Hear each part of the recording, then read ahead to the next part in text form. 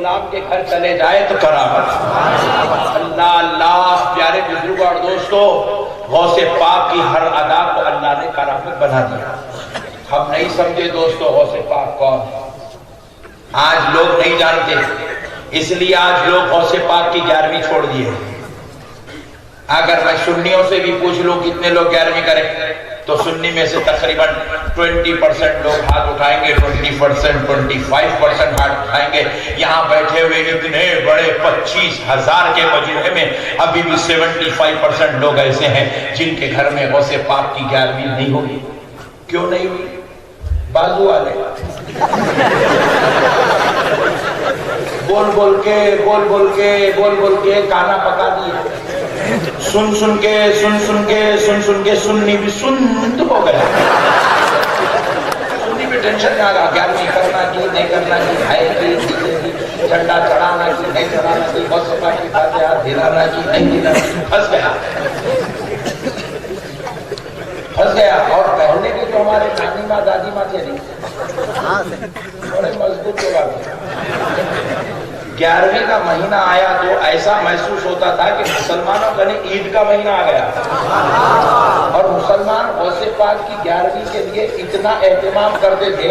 پہلے کے ہمارے نانی ماں دادی ماں ان کے زمانے میں گھر کو پورا چننا ڈالتے تھے، کلر کرتے تھے، دروازوں کو کلر کرتے تھے۔ لوگ آپ پوچھے کیا دی خالہ ماں ایسا چننا ڈالے؟ آئے بھا غوث پاک کی 11ویں رہے کھانے کا۔ اب کیا ہو گیا؟ ارے کرنے کی نہیں ہے کہتے کہ قرآن میں، ارے حدیث میں نہیں ہے کہتے بھائی۔ ایک صاحب میں کو ایسے پوچھے مولانا 11ویں کرنا قرآن میں ہے؟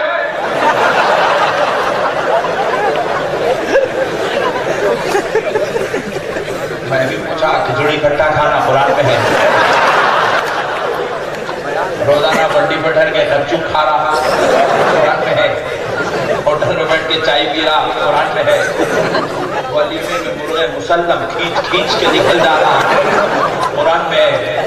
پھر جب قرآن میں اتنا سب نہیں ہے، پورا کھا کے یہ موٹا ہو جا رہا، اتنا کھایا قرآن یاد نہیں آئی، 11ویں کا کھاتے کہ قرآن کو یاد آئی؟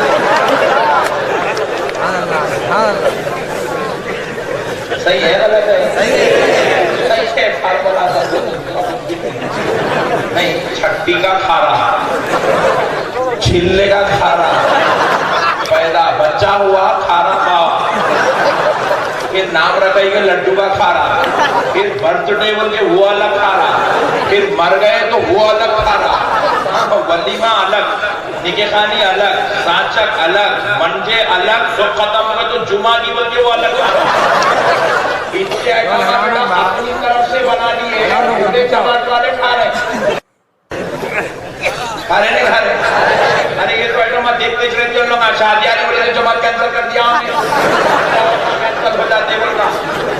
پیارے بزرگ اور دوستو، پرساد ہوئے اتنے کھایا، قرآن یاد، حدیث یاد، صحابہ یاد، اللہ یاد، عبداللہ تیسرے کو تک کھا گیا، کوئی بھی یاد، مگر کیا قرآن میں ہے؟ اچھا پوچھا تو کہ میرے کو بھی نہیں پوچھ رہا، حضرت شفیع پاشا صاحب قبلہ کو بھی نہیں پوچھ رہا، مشائخین علماء کو بھی نہیں پوچھ رہا، کس کو پوچھتا؟ پان ڈبے والے کو، آٹو والے کو، رکشے والے کو، ٹھانگے والے کو، ٹھیلے والے کو، بنڈی والے کو، بالکل بھولے بھالے مسلمانوں کو پوچھتا، اور انہیں پوچھتے کہ انہیں اکڑنا شروع کرتا۔ پیاز بیچنے والے ہم نے پیاز کا ریٹ صحیح نہیں مانتے، کیونکہ اپنے کچھ قرآن میں ہے کیا اپن کتنے لائق ہے اکڑے، اگر تم نے وہ قابل سمجھے گا، ہاں بالکل لکھو 3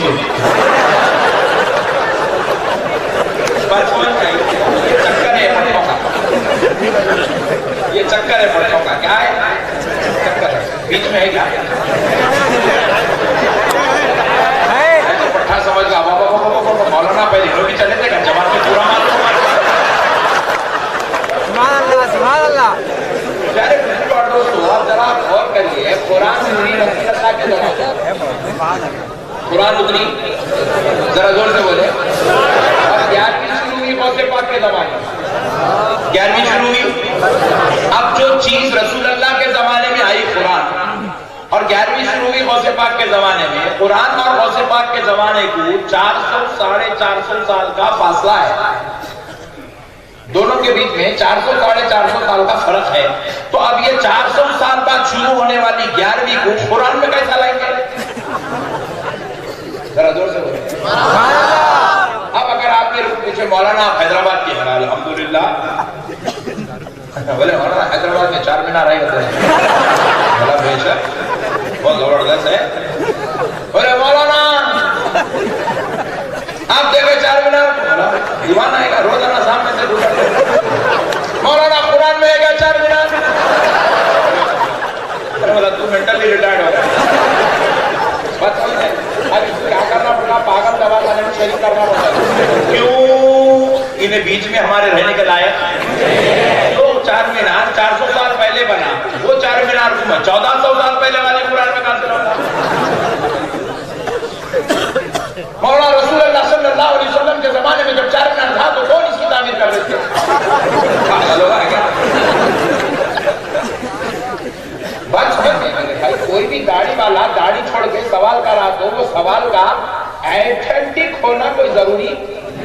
داڑھی چھوڑنے والا بھی ملیش ٹائپ کا سوال کر سکتا. آج آپ میری اتنی بات سمجھ گئے تو بس ہے, خدا کی قسم جلد سے کامیاب ہو گیا. ہر داڑھی والا ضروری نہیں ہے کہ جو بھی پوچھا وہ تو چھاؤں گا. مولانا بولے بات کو پہلے سمجھا کرو کہ کیا پوچھ رہے ہو دیوانوں. 11ویں شروع ہوئی ہے غوث پاک کے زمانے سے, اس کو قرآن میں کہاں سے لیں گے؟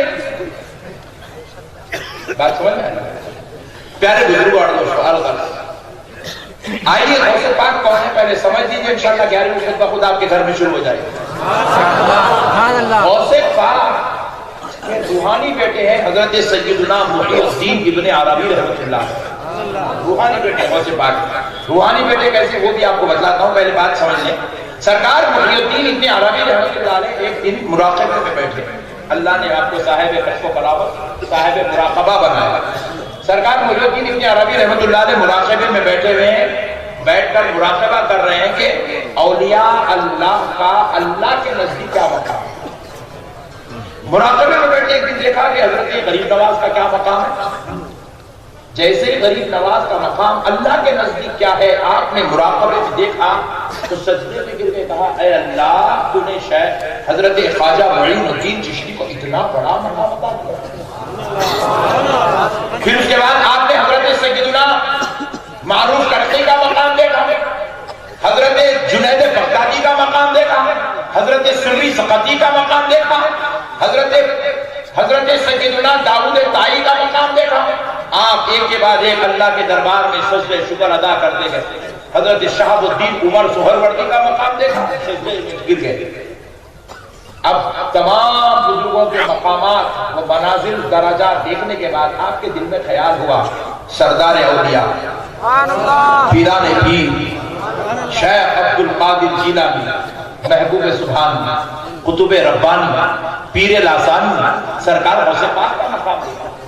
تو غوث پاک کا مقام دیکھنے کے لیے آپ کے روحانی بیٹے حضرت محی الدین ابن عربی مراقبے میں تشریف لے گئے اور مراقبہ کر کر آپ نے اپنے غوث پاک ولیوں کے سردار کا مقام دیکھنا چاہا.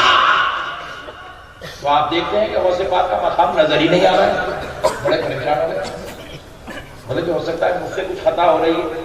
پھر سے آپ نے مراقبہ توڑا, پھر سے مراقبہ توڑا, پھر سے مراقبہ جب دیکھنا چاہا تو دیکھتے ہیں کہ ابھی بھی غوث پاک کا مقام نظر نہیں آ رہا.